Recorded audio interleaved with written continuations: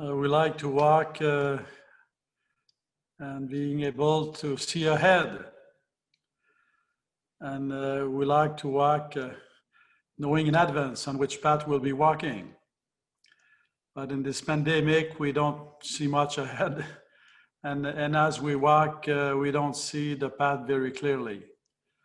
But one thing is for sure, we have a direction. We have our direction is Jesus Christ. We walk towards Jesus Christ. And we can do it one step at a time. So it's about doing one step at a time, knowing that tomorrow we'll know more than we know today. But to get to tomorrow, we still need to make that one step today. So it's about learning to trust God, learning to hold on to Him, learning to follow the call to follow Jesus Christ, and also be attentive to what people are going through.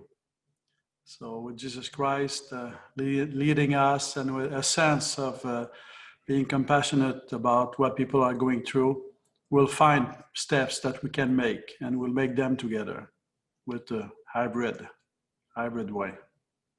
So may God bless you, and may this evening be a time of, I would say, encouragement, hope, but also partaking in visions of finding new tools to move ahead and serve Jesus Christ and the people.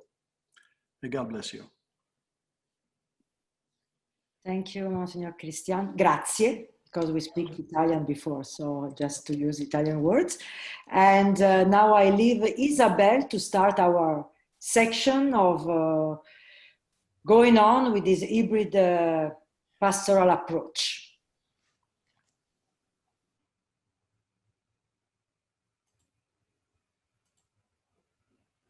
So good evening, everyone.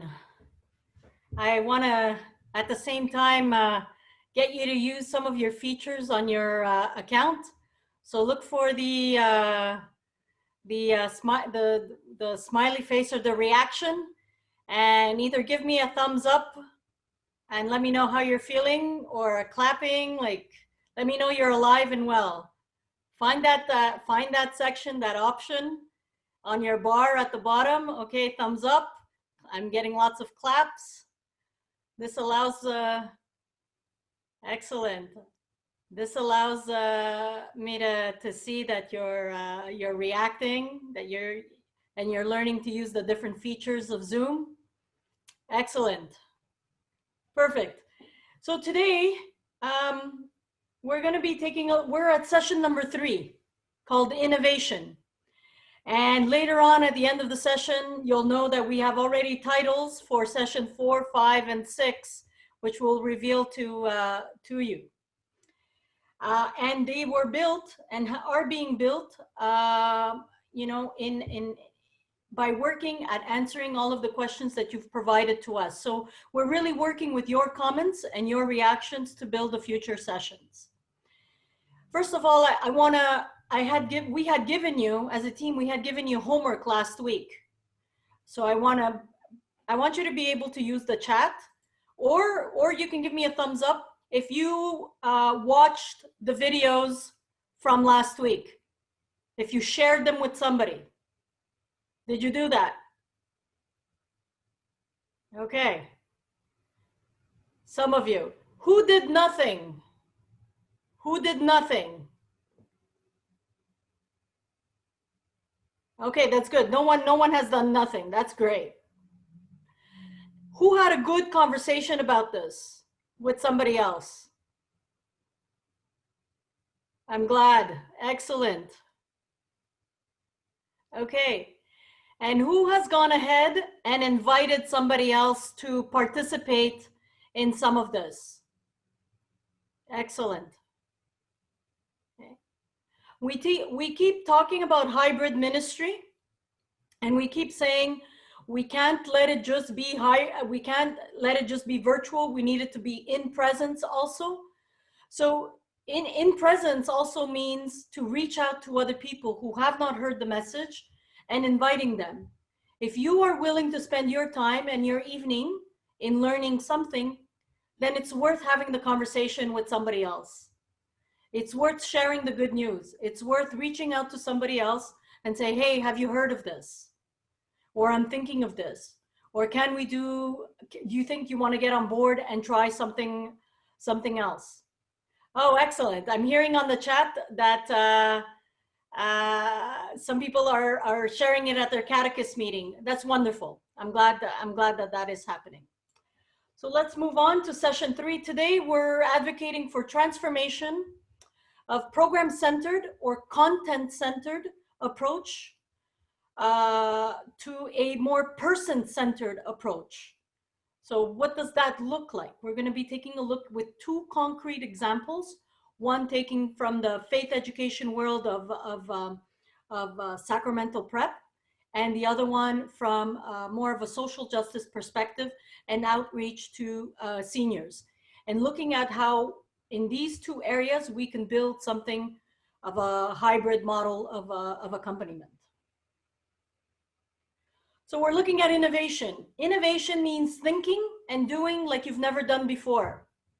And I know last time we talked about conversions that needed to take place in order for the hybrid model to exist. The hybrid model is an innovative model. It hasn't existed very much before. So we don't have too many examples of what that can actually look like. And as I've mentioned before, the hybrid model of ministry started before the pandemic. The pandemic allowed us, like kind of pushed us into, oh, this is serious. We need this. We really got to jump on board. Otherwise, it's in these current circumstances and in the way the future is going, it's going to be very difficult to propose Christ, to propose a friendship with Christ if we don't embrace the hybrid model. So the hybrid model is already innovative as is. We're called to innovate even more by learning how to apply it in our pastoral circumstances. And in order to innovate, we got to let go of this refrain that's inside our ears. Our hearts sometimes are in our milieu. Well, we've never done this. We've always done it this way, and we're going to keep doing it this way.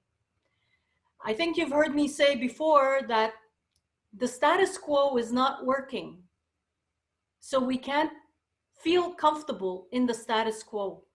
There's something missing in the status quo. And that's where innovation comes in, a new way of thinking. And this takes a lot of courage. And thank you for being here and being pioneers in this. So in order to, what happens when we innovate? When we innovate, we empathize. We notice that there's a need that hasn't been answered. So when there's a need that hasn't been answered, we're looking at generating ideas. Well, what can we do? We have conversations about it. We speak to other people. We gather like-minded people. And we kind of build a prototype. We build a project. We build an initiative. And we test it. We say, let's see how it goes. Let's see what the results are. Let's see how people respond. And once we evaluate all of that, we scale production. Means we can now repeat. We can improve and repeat short-term, repeatable pastoral experiences. And that's what we're doing. That's what we started with the hybrid ministry. We said, there's a need. We generated all kinds, we gathered a team, we generated all kinds of ideas. We tested it out. We said, let's do these 3 sessions. And we've been building on each of these 3 sessions.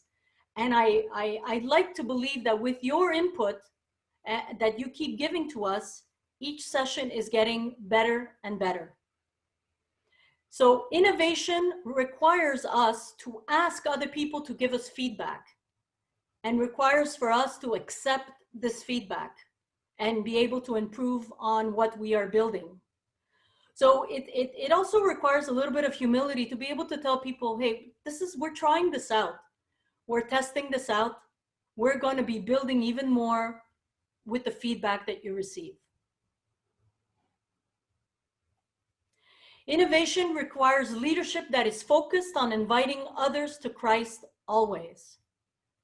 We would not be interested in innovating if the zeal of proposing Christ did not live in our hearts. The reason that we want to innovate in church is because that friendship with Christ is so important in our lives that we cannot imagine other people living without it. And because other people, we can't imagine that, it's what pushes us to form others, to train ourselves, and to form others to explore this hybrid model. So requires leadership that is focused on evangelization, focused on the mission, completely always trusting that together we can invite others to an intimate encounter with Christ that is life-changing, that is life-saving. You've heard me say it before, requires a team. It's difficult. Even geniuses have a hard time innovating because innovation is not just a solo process. It is a team process that requires like-minded, and especially in a parish, it requires that your pastor be on board, key leadership be on board, and that you have volunteers that have been, where the vision has been shared with volunteers and they have adopted and want to be part of this initiative, this time of innovation. And the part sometimes we tend to skip because we have no time. We're so busy planning. But innovation doesn't happen without the help of the Holy Spirit. Innovation requires time and prayer. And as I said it before, Christ-centered. This process in a church setting, what motivates us is not the dollar sign, is not money, is not improving production. What motivates us is the encounter with Christ. So ready for the examples? This is where you should be nodding. Yeah, I want to see you using those reaction buttons. Excellent. Okay. The more you participate, the less you will nod off. Okay. Excellent. Good. Your smiles are quite encouraging. I just wanted to let you know that, and it also motivates me to keep going.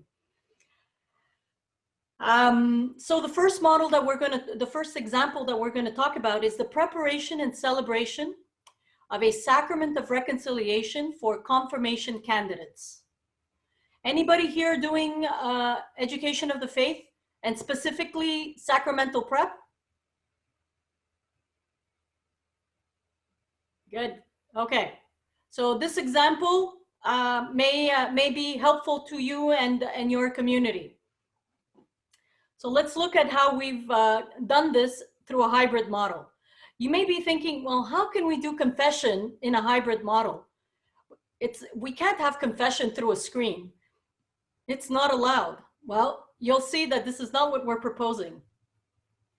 So in building a hybrid model, we're going to be looking at like a structure, okay? We're looking at planning, connecting, and promoting virtually by phone or email or in person. We're looking at a step 3, the virtual meeting itself. We're looking at adding a diving deeper playlist, and I'll explain that in a minute of what all of that means. That's for doing at-home activity. And then we're going to look at the in-person part. So as you can see, already there are elements of a hybrid model. How does this look concretely? Okay, let's start by looking at the first part. The first part asks us the prerequisite to any type of planning. And this is probably stuff that you know, so it's going to be like a little bit of a review for you. Any prerequisite to planning requires you to identify the who. Who's coordinating this? Who's the planning team? Find out who's the leadership on this specific initiative. Okay? How and where is your team meeting? Is it going to be virtual, or are they your coordinating team? Are they going to meet in presence, or are they going to meet through some type of meeting platform over the internet? The other part is what is being planned. When you gather people, make sure you have a specific goal. You know, what is it that you want to plan? Is it measurable? Is it achievable? Is it realistic? Is it time bound? Okay. And most often, the question that often goes unanswered is the why. Why are you planning this? What need is it that you are addressing? What difference is it making in the lives of people? Why is it that you're going through all of this effort? And the answer cannot be, well, because we did it last year and we've done it for the past 5 years. That is not an answer. That is not a valid answer. It has to be an answer where you're addressing a specific current evangelization need in your surroundings.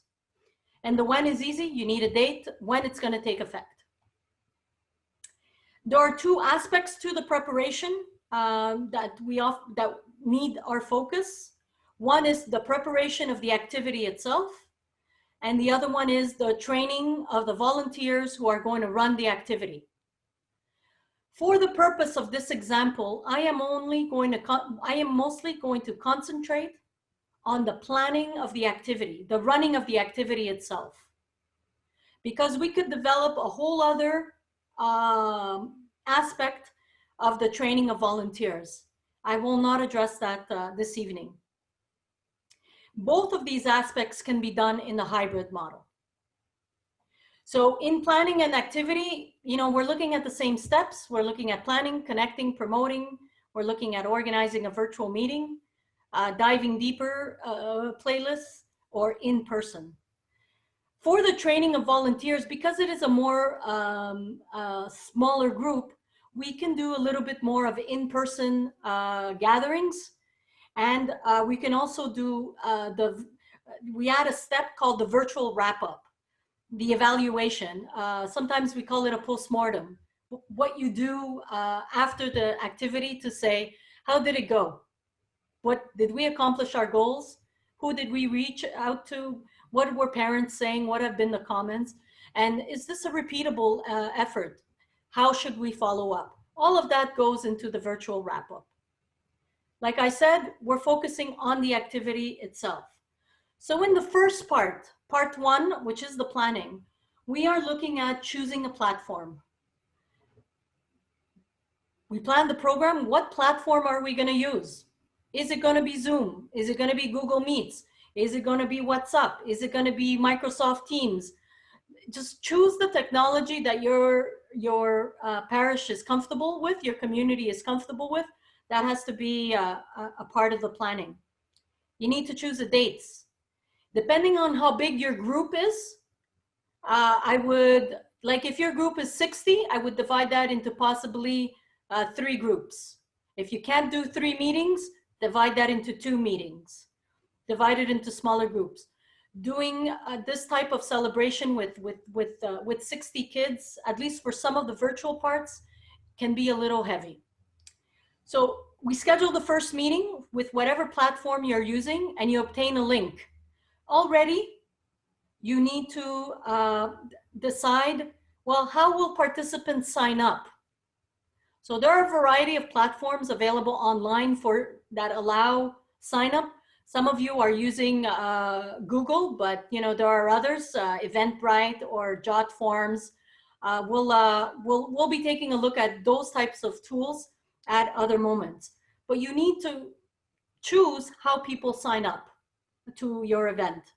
You need to invite people also to figure out how are you going to invite people to this event. And you need to send the link to enter the virtual room ahead of time. So, and you need to recruit your volunteers. All of this happens at the planning stage. These are the steps to that. So what you are planning is a reconciliation celebration for the confirmandi kids. And what you want to do is be able to meet the confirmation candidates before the sacrament of reconciliation.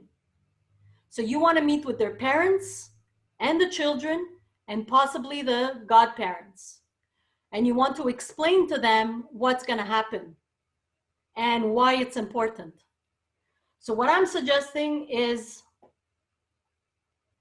that you connect and promote this encounter, this first meeting. You're going to send them, you're either going to do it by email or by phone call, the old-fashioned way where you call up each parent and let them know that there's going to be a virtual meeting that you'd like them to attend, that it's important for them to attend, to invite the godparents, etc. You're going to make an announcement on the website. You're going to talk about it at Mass. You're going to do what you normally do to get the word out. You're going to look to invite parents, confirmation candidates, godparents, people you think in your community, depending on how you run things, should be there at that meeting. Vary your approaches on how you will contact each of these people. The important thing is that you be intentional about it. There's such profound outreach that happens when you're able to get on the phone with each of these people and invite them to this. Connecting and promoting is an essential step to hybrid ministry. So now you're at the virtual meeting. This is the part 3. How do you organize your virtual meeting? You want this virtual meeting not to be more than 30 minutes. Parents' time is very, very rare. They have a lot of responsibilities. We spoke about this on session 1. Lots of stuff going on in the lives of parents. So what you want to do is spend a half an hour. So organize your half an hour well. First thing you're going to do is welcome. Don't skip out this part. If you have a small group of about 20 people, you ask each child to introduce who they're with, because they're meeting as a family. So each little window will have a chance to say, hi, my name is Maria, and this is my mom, this is my dad, and somewhere around in the room is also my godparent, my mom, or my dad, who's godparent, who's also here for this meeting. And you can ask them a question. Why is it, keep it short, but something that they can actually introduce themselves for maybe 30 seconds. If you have 30 seconds to a minute. If you have 20 people, that's going to take about 10 to 12 minutes per group. And this is only the introduction. This is very important to build community, to help people feel comfortable and to be involved and participate in this community event. Second part of the meeting would be actually focusing on what is the sacrament of reconciliation and why is it important. And here you're looking to give between a 5 to a 7 minute presentation. This is a reminder, a refresher. Why is it that we're doing this, especially before the sacrament of confirmation? Third part, you go into the logistics. What to expect at church. How's it going to happen? What time is it? What to bring? How long is it going to be? Who's expected to be there? And then you say, here are some resources for you to continue your preparation at home. You can talk about, you can give them an example of an examination of conscience. You can give them videos to watch. I'll show you how to set up a playlist. It's going to be very brief. In future sessions, I will go deeper into setting up a playlist. So the diving deeper at home, you're looking to develop 2 playlists, stuff that they can either read, watch, they can either do, they can listen to, they can pray and reflect. You're going to organize a playlist for kids, the confirmandi age group, and you're going to organize a playlist for the parents and the godparents. These are playlists that families can follow at the rhythm, on their time, at their place, according to the resources that they have. Don't send them an hour video on reconciliation. Chances are they won't watch it. But you send them a gospel with a reflection, something that's 7 to 10 minutes long, guaranteed they'll probably watch it. Something that's appropriate to their interests, something that piques their curiosity. They might even do the entire playlist. Some won't have time to do the entire playlist, but they'll do maybe 2 or 3 things of what you're suggesting. The thing is that you are putting the emphasis back on them taking ownership of their faith formation. Some of the things you can also do is give them challenges or activities that they can do from home. For the younger kids, you can give them arts and crafts. For the older kids, you can, it's almost like a dare. I dare you as in preparation to this to seek the I don't know, I'm trying to give it's better for the social action project, but like, you know what, I'll leave it after for the challenges for the social action project, the challenges. And then finally, we are looking at the in-person celebration. So like any in-person celebration, you've organized, those of you who have done this before, have organized reconciliation celebrations. You set up the candles, you put some atmosphere, some music, you dim the lights, you have maybe perhaps adoration.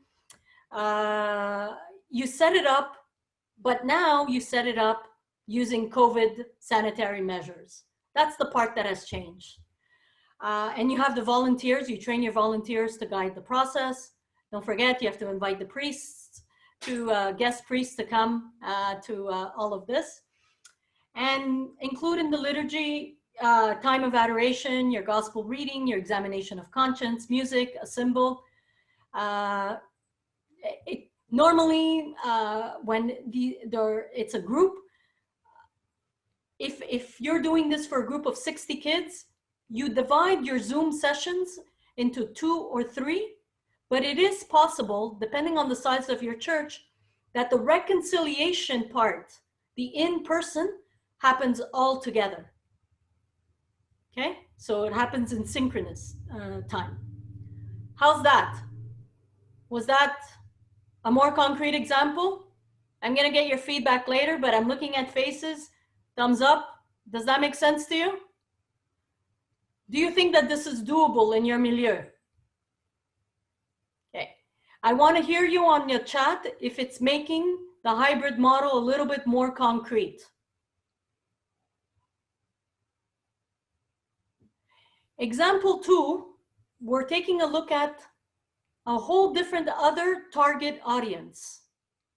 Okay, we're taking a look at the elderly, outreach to the elderly. But the steps in the planning are exactly the same. The blocks are the same, but we just fill them out in a different way according to the target audience. So what we are asking, the example in reaching out to the elderly is we are reaching out to them so that they can have a concrete way of participating in accompanying, supporting, praying for the children of confirmation. So somehow getting them involved to participate in the community. Okay, so it happens in a slightly different. So same thing, the plan includes recruiting and training of volunteers. This does not change. We're still planning virtually or in person. We're still looking to connect and promote. And again, depending on the target audience, it either happens virtually or it happens by phone or email or in person. I suspect with this particular target audience, you're looking more at either snail mail or phone conversations. And we're looking at diving deeper. We're still looking at preparing a playlist that the elderly can have so that they can deepen at home. And we're looking at in-person gathering where possible. Hey, Alessandra. Yes, I'm here. Your turn. Yeah, take a little bit rest. So, but how Isabel said, the first part is the same. Of course, that we are elderly people. So maybe alone, maybe with no internet, maybe with no tablet, But this is a specific moment to put together young and old. Maybe they are nephews and nieces, so that they can help their grandparents or grandmothers to be involved in this hybrid approach. Of course, that when we think about older people, we think people isolated, people with scared now to be part in the meetings, back to church. So we have to prepare a team prepared to outreach and to meet these people in a different way, with different approach. Of course, that Isabel said, we have to choose who is coming, choose a platform or fun, and it's written choose a date and series of dates. I also had an hour, a time. We can't think that we can make an evening meeting, but maybe preferring doing in the morning or in the afternoon, because we know that their activity are different. They have other needs. So also important with these people to choose a right moment during the day and invite people to sign up, to link, and the intergenerational approach is really useful, and recruit and train volunteers. This is really important because there are specific target of people. And we are not talking with children, we are not talking with young people, so also the volunteers are be prepared in this.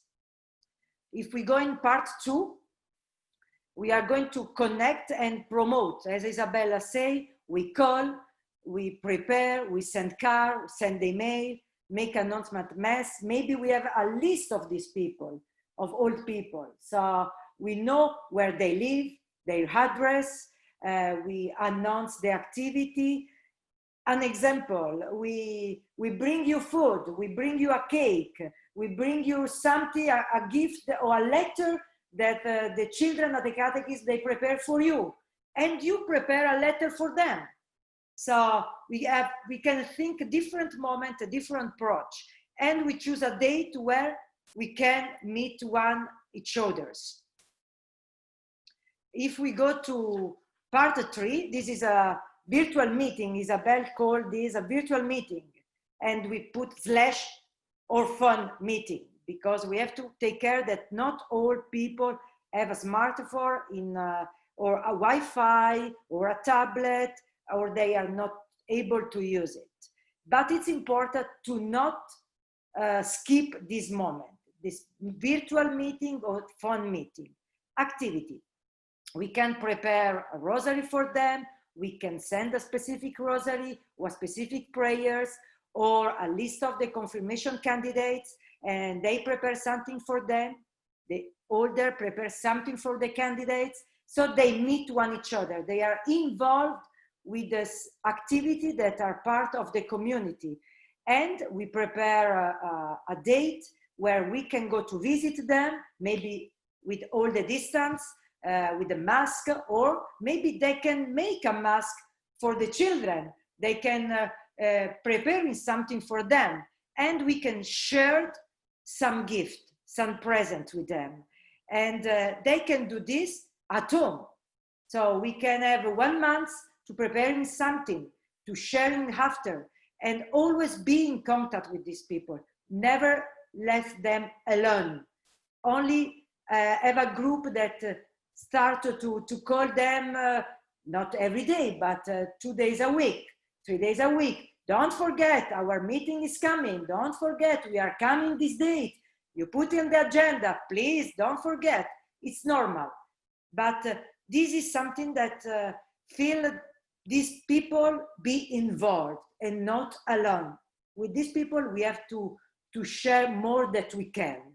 And preparing an activity for Christmas, where maybe they can prepare something for the poor people. A lot of parish, they have the tree on the parish, where they prepare some gift for the poor people. Why not involve these people that stay at home, the elder, to prepare something also, to choose one family in needs, to choose one poor children or children in needs, and to prepare a gift for them, giving the name, giving the age, and share with them. And we have in part 4, of course, that as Isabel said, we can preparing a reading for them, but also a movie. Why not? The younger that say, hi, Grandpa, hi, Grandfather, hi, Mrs. Caroline, hi, Mrs. Alain, we are here for you, waiting for you, we are coming, and send this little movie to them. And they can watch, and this is something that make them happy. And they can, maybe with some little kids, that can preparing a movie for the group of the catechism and share with them. So, and of course, listening. With this target of people, also the volunteer are to prepare to listen and to pray with them, to reflect with them, to be a support for them. Maybe people need medicine. And if we start a relationship, a confidence, we are more and more involved in their life and what their needs. Of course, that after in person is not easy, but we can do it. We can do it with all the sanitary measures in place, have volunteers prepare for this, and schedule the pickup or delivery or meeting moment. Also by windows or at the doors. But it's important that we had a meeting with them. If they can come, preparing a small group that maybe they can come to the parish with all the sanitary measure, but sharing with them a coffee, sharing with them a moment of prayer, sharing with them a moment of sharing what they live. Maybe they can cook something for the groups and come during the confirmation preparation or something and bring them to the children some cookies, some cakes. Why not? I know that there are grandfather and grandmother, they are great at preparing cookies. So, and feeling them important. This is for me really, really the magic point. They are important for our community. They be involved in a different activity, not leave them alone. And in that part, all your idea are coming. You know your parishioners, you know your people, so everybody can invent something and adapt ideas to their community.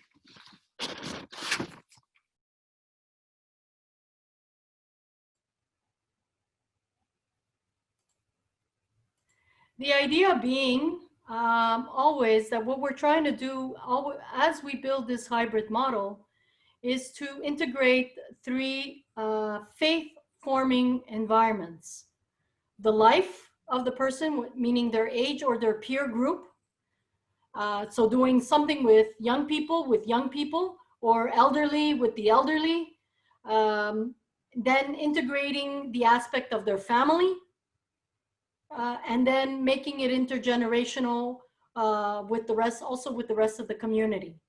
So for each of these aspects, we're looking, for each hybrid activity, we're looking to incorporate these 3 levels of people. Because when we do, and the answer is, why do we do this? The question is, we do this because when we enter into people's home, we no longer just have the young person themselves, by themselves. Sometimes with the elderly, sometimes we don't have just them. They may be in the context of their family as well.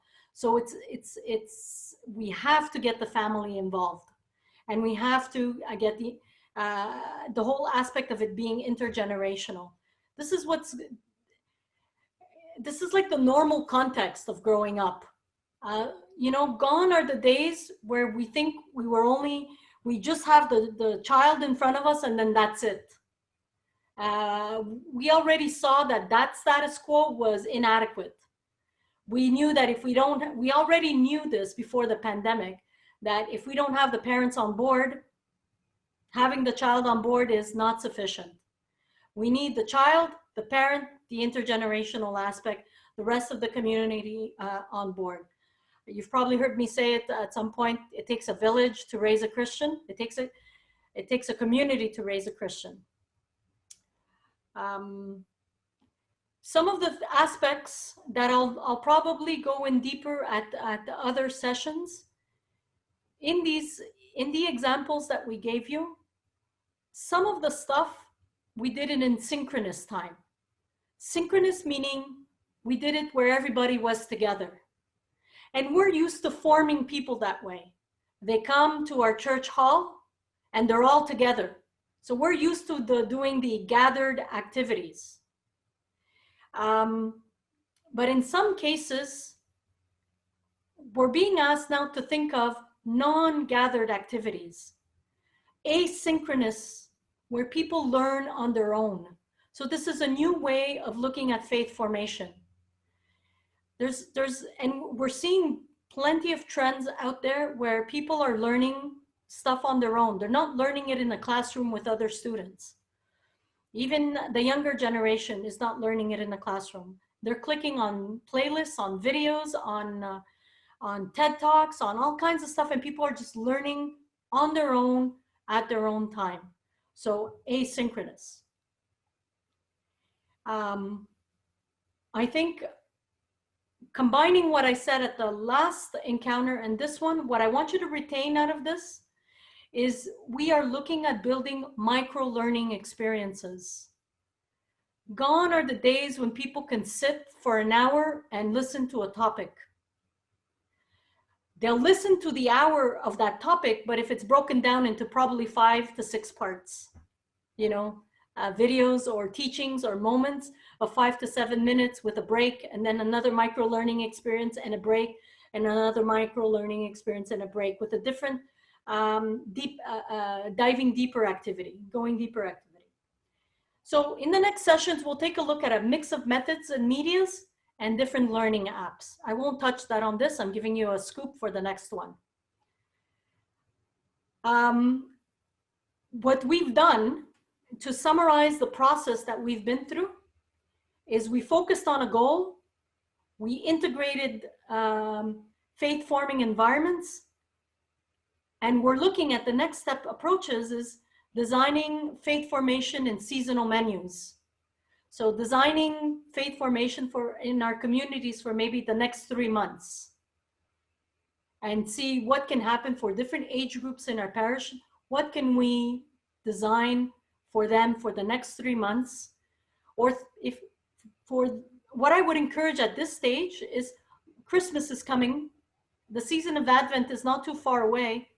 Plan something for that time.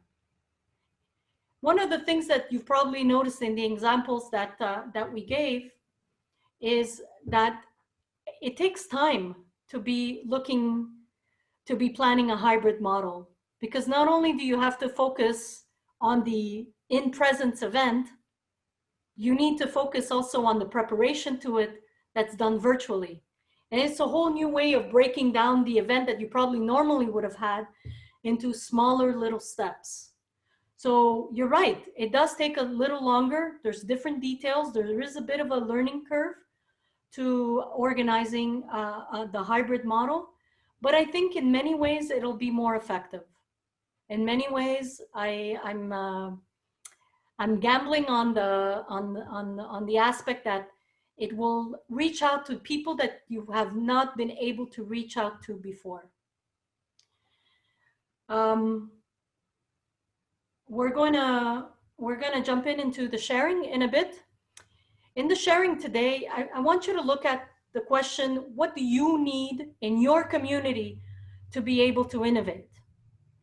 Also, if you have any questions that can help us build the follow-up, I would really appreciate hearing from you.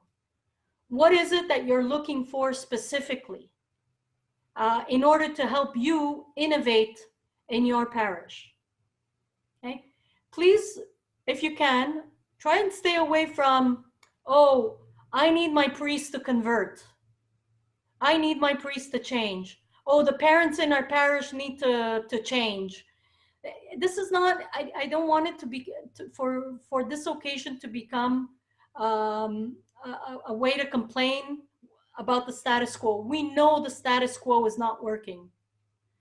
And that I should have mentioned this at the beginning, but in order for innovation to work, we need to put on like a solution cap on, that we're solution focused. We're looking at ways to solve the situation, to propose new things, new aspects, new ways of doing. We know what we have right now is not adequate, that it is not responding adequately to where we would want to be. We already know that. We know that many priests are not on board, and it makes our job like really, really difficult. We know that we need to affirm our leadership. We know that. We also know that sometimes we feel alone in what we're doing. So my question to you though is, what can we do? What are solutions? What are things that we can address so that innovation can happen in our milieu? Okay. Holly is going to give you the instructions for the group. Excellent. Well, I think many of you have been used now to going into small groups. You know that Isabel will throw you into a little group and you'll be able to share there. Just a reminder to not forget to check the timer. Name someone who will take notes so that when we come back, that person can share either vocally, if we have the time, very short 30 seconds, or in the chat, depending on how much time we have and how many groups we have.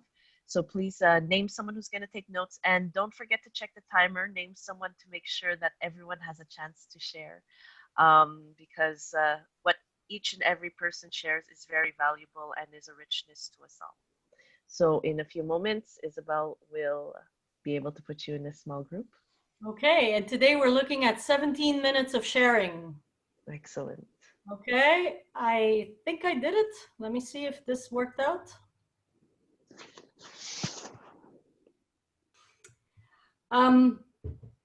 So here's what's coming up next. Here's what I heard.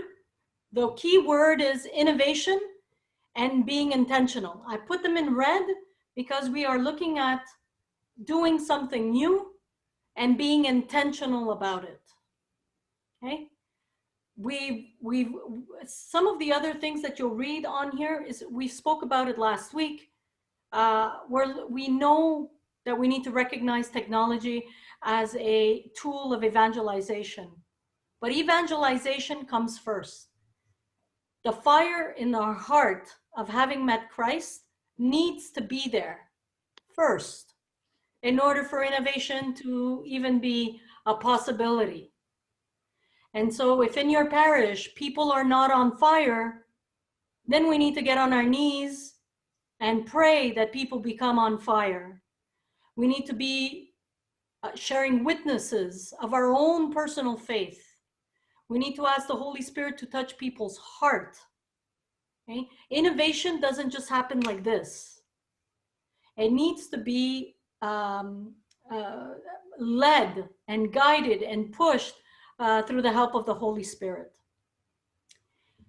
I'm going to leave it there. We saw today, with the examples that we showed, the need for flexibility and meeting families of where they're at, and doing all of this in a very intentional way.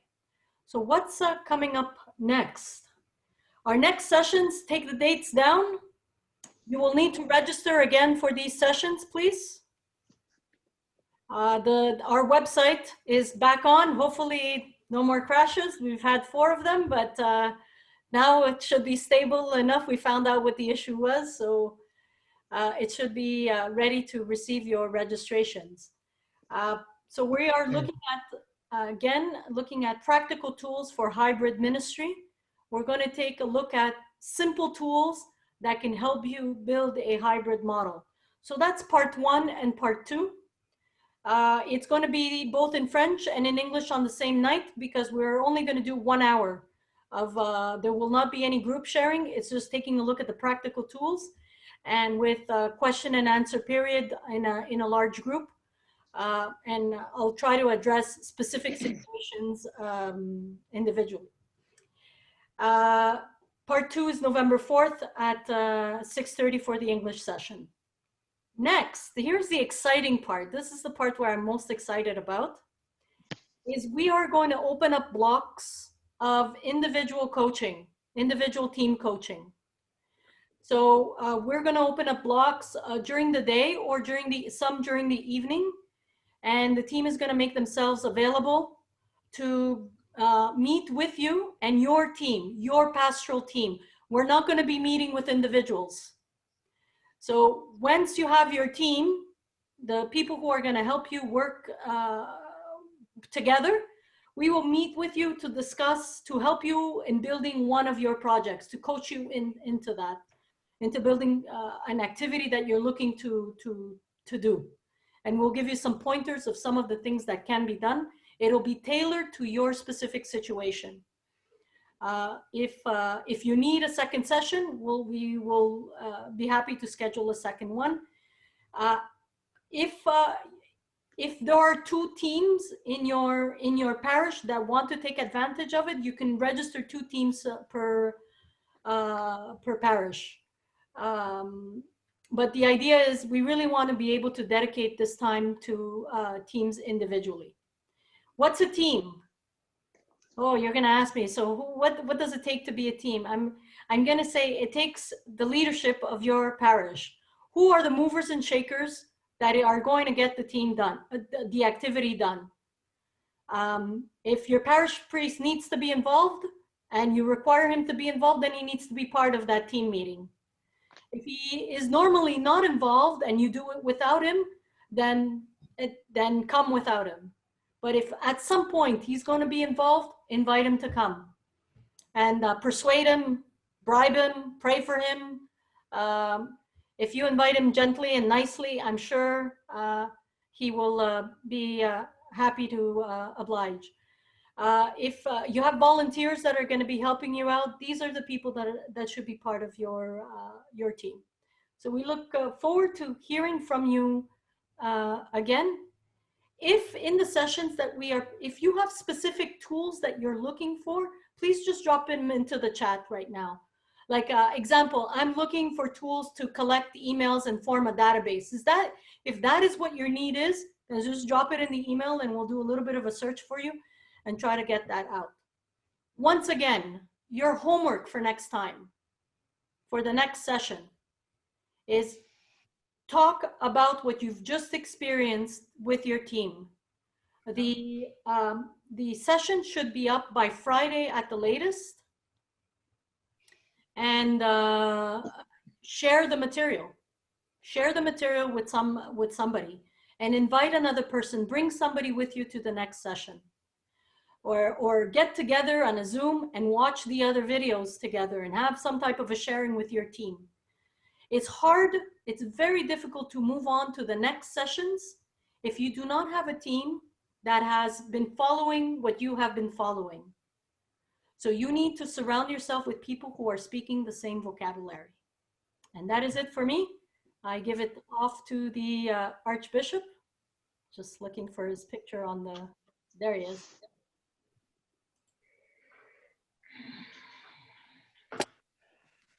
Allow me to read you a passage from the Bible. I am the vine, you are the branches. He who abides in me and I in him, he it is that bears much fruit. But apart from me, you can do nothing. I suggest to you that innovation might be translated in Christian terms in the sense of fruitfulness. It's about fruitfulness. And fruitfulness is about faithfulness.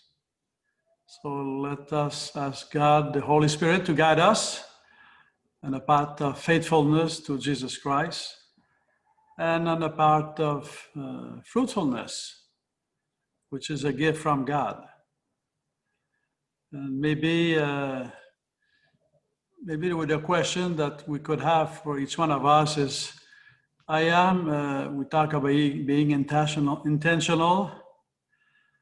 Am I conscious, deeply conscious, that I can do nothing without Jesus Christ? And if we are, we will communicate it. we will communicate the need for Jesus Christ. And the Holy Spirit will widen our heart. So may God bless you in the name of the Father, and of the Son, and the Holy Spirit.